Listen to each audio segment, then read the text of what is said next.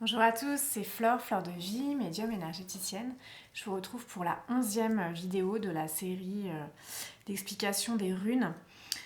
La dernière rune de l'hiver, voilà Issa, la rune de la glace.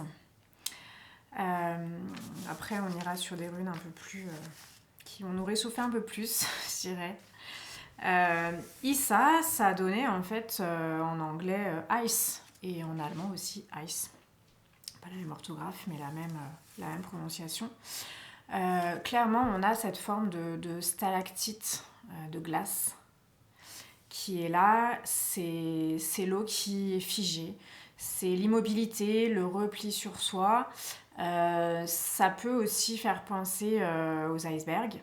Donc, une énergie d'une grandeur insoupçonnée, un potentiel secret qui va être bien sûr immergé en profondeur. On a aussi l'idée de glacier qui avance et qui avance très lentement, mais qui a aussi un potentiel de destruction. Donc voilà, une rune assez, j'allais dire froide, oui, très froide, glacée. La rune de la glace, qui symbolise des blocages dans les mouvements, dans la progression. Ça peut être aussi, je disais tout à l'heure, du repli sur soi, de la solitude. Voilà, quelque chose qui nous bloque et qui nous refroidit. Ça symbolise aussi l'ego, la fondation de l'ego, dans cet aspect de cristallisation de l'eau. Par rapport à l'ego, c'est vraiment cette sensation d'être seul contre tous, ou en tout cas de devoir vraiment travailler sur l'unité en soi, l'unification de sa vérité, son unicité, le fait que notre énergie est unique et personnelle.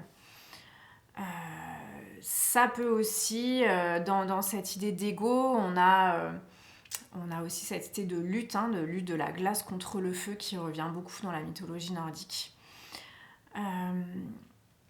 En tout cas, pour les personnes qui sont en éveil spirituel, en quête de leur vérité, ça peut représenter des moments un peu charnières où on va passer des étapes, passer des caps. Des fois, on a cette sensation que les marches sont hautes et qu'on a du mal à passer, qu'on est bloqué. Et puis d'un coup, on arrive à passer le cap, à passer la marche du dessus. Dans tous les cas, ce qui est important, c'est de ne pas rester bloqué dans son ego spirituel, de se dire bah non, c'est moi qui ai raison, tout le monde a tort, voilà, seul contre tous, comme je disais tout à l'heure. Et arriver progressivement à mettre à l'épreuve de la matière, de l'expérience, nos prises de conscience intérieures pour pouvoir réellement traverser l'expérience.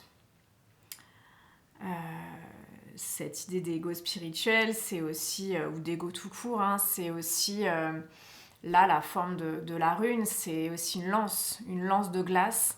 L'ego, il peut parfois piquer, il peut parfois blesser.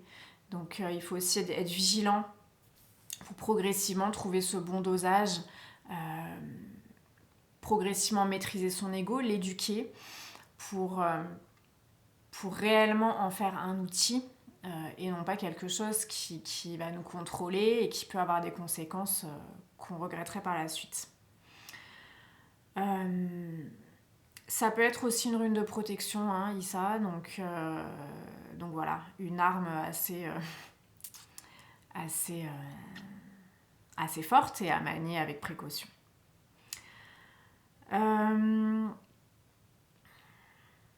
Ce qui est important aussi de garder à l'esprit, c'est que la glace, c'est un état passager.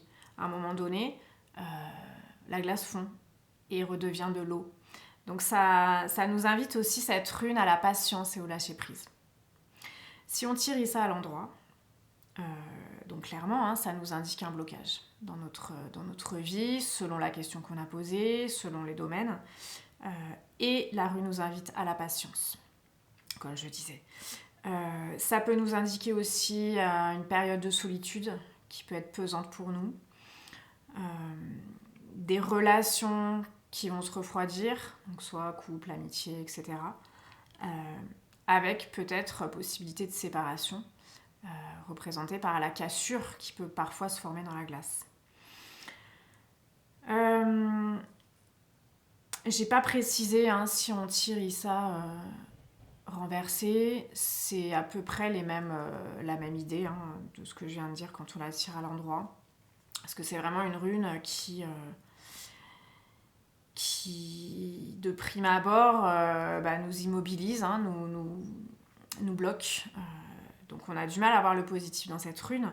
Mais ce qui est important, c'est de prendre ce temps d'immobilisation. C'est un peu la même idée que ce qu'on avait hier avec Naodiz, quand je parlais du confinement. C'est un temps d'immobilisation qui est propice, qui peut être utilisé pour l'intériorisation, pour la maîtrise de notre ego, comme je disais tout à l'heure, pour la réflexion.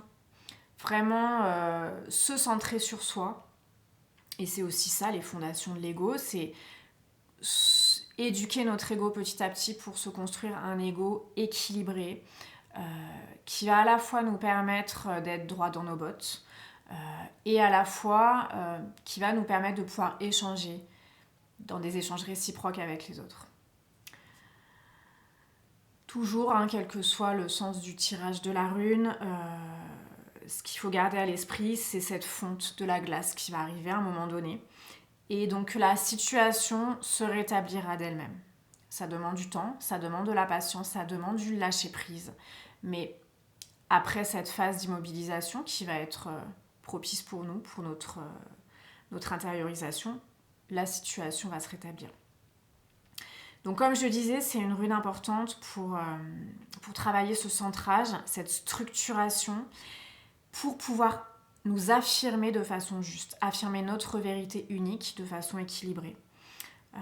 Donc c'est aussi cette idée de concentrer son énergie, sa volonté, pour peut-être rechercher des solutions. En tout cas, cette énergie qu'on va concentrer en nous va permettre symboliquement de nous réchauffer et de nous libérer, donc faire fondre cette glace.